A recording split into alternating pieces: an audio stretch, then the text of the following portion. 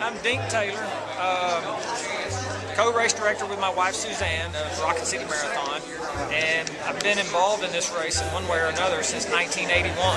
I ran it in 1981. I was 16 years old. It was my first marathon. Ran 2 hours and 56 minutes as a 16-year-old. You know, I never got much faster, but I did eventually run my PR here in 1999. Ran a 2:40. That's as fast as I ever got. But then the race needed a race director. My wife and I were passionate about the sport, passionate about running marathons, so we took it over. So we've been doing it probably 7 years now. I really don't even keep up with it, but you know, we direct the race. We're planning to continue to direct it. We've got other races we direct. I've got another one I've been directing for 18 years. It's called the Mount Mist Trail Run. It's a 50K up here. That's my race. I started that one. And we're thinking about raising the number of entries, maybe 250 more next year, because we get a lot of no-shows and we usually prepare for about 1,500. But the hotel can just hold so many runners. You know, it's kind of nice to run a race where you get to run alone. You know, you run the big races, it's crowded the whole way, you can't get to the aid stations. This one you get to get out there and think and run.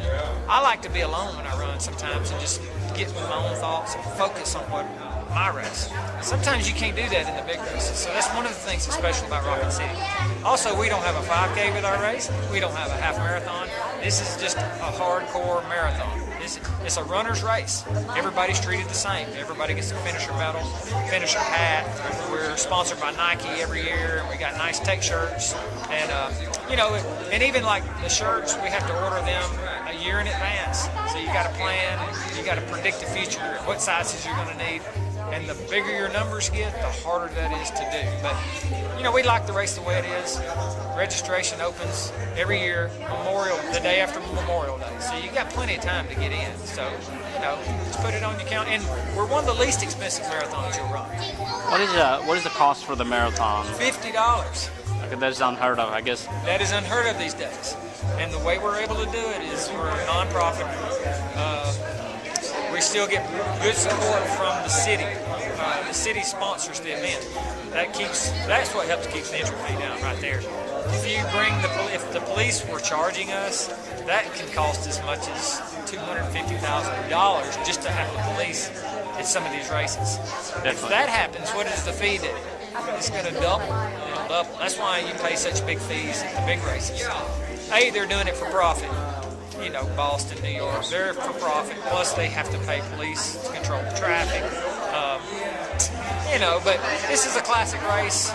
You know, we love doing it. It's a great weekend. Sign up early, come run it, and see what it's all about. Can you talk about the course itself? Well, you get to start out and you run through historic downtown Huntsville, around some of the homes that were built in the late 1800s, early 1900s. That's kind of neat. But then you start working your way southeast. There's some pretty long straightaways. Some people don't like the straightaways, but you can actually run better time on a straightaway when you're not making turns. And there is one straightaway that's about 4 or 5 miles long. Little to no hills out on the course. We do have some cheering squads out on the course, which is kind of nice. Got good aid stations, water and Powerade. Have goo at a couple of stations, which is kind of nice in a marathon to have somebody hand you a goo, you know, instead of having to carry your own. You know, it's a good course. There's hardly any hills.